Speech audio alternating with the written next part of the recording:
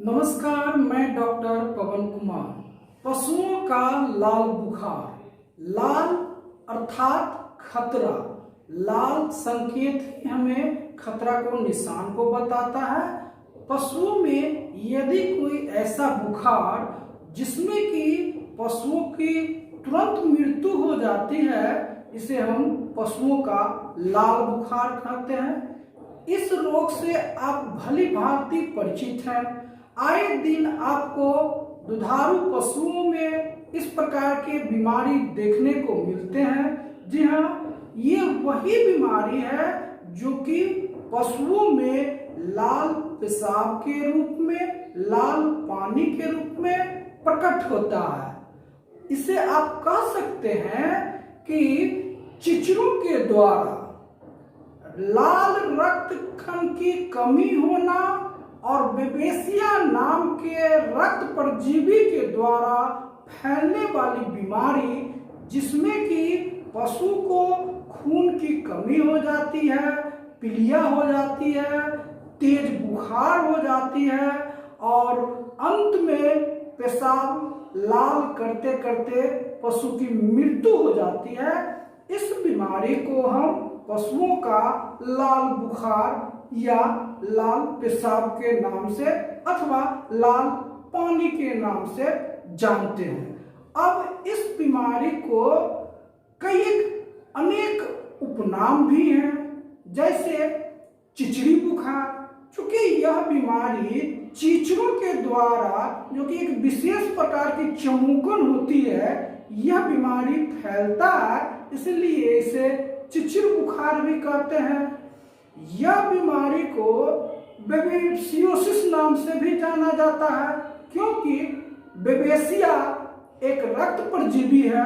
यह इस बीमारी को पैदा करती है। इस बीमारी को हम लाल पानी के भी नाम से जानते हैं, क्योंकि पशुओं के शरीर में जो लाल रक्त कण होती है वह खून में कम जाती है और उसका खून पानी की तरह पतला हो जाता है। इसीलिए इसे लाल पानी बुखार कहते हैं। इसे लाल पेशाब भी कहते हैं, क्योंकि पशु जब पेशाब करती है तो उसमें कॉफी के रंग का लाल चाय के तरह वह पेशाब करती है, जिस कारण इसे लाल पेशाब रोग भी कहते हैं। इस बीमारी को आप बहुत नजदीक से देख सकते हैं। मैंने इसे कई गिलास में इसके पेशाब को भर करके रखा। आप देखिए इसे और पता लगाइए।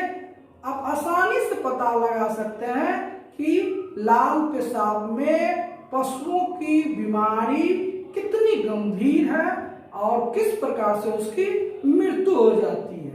यह बीमारी गाय, भैंस, भेड़, बकरी, घोड़ा, घोड़ी, कुत्ता, बिल्ली, इन सभी पशुओं को परेशान करती है और अगर समय पर इसको इलाज नहीं कराया जाए तो पशु लाल पेशाब करते करते अंत में उसकी मृत्यु हो जाती है। इसका जो सबसे प्रमुख लक्षण है वह बुखार। पशुओं को शुरू में सबसे पहले बुखार आती है। यह बुखार 103 डिग्री फ़ारेनहाइट से लेकर के 106 डिग्री फ़ारेनहाइट, कभी कभी 107 डिग्री फ़ारेनहाइट भी बुखार दिखने को मिलती है। और इसके बाद पशु खाना छोड़ देती है, धीरे धीरे कमजोर हो जाती है और इस प्रकार से लाल पेशाब, खूनी पेशाब करते करते अंत में पशुओं की मृत्यु हो जाती है। आप इस बीमारी को पहचानने के लिए दो तरीका और भी कर सकते हैं। सबसे पहले उसके आंख को गौर से देखेंगे तो शुरू में वह हल्का लाल दिखाई पड़ेगा और अंत में वह पीलिया रोग के भांति दिखाई पड़ेगा और कमजोर होते होते पशुओं की तत्काल मृत्यु हो जाती है। इसीलिए इस बीमारी से बचाव के लिए हमें निकट के पशु चिकित्सक से ही इलाज करवाना चाहिए।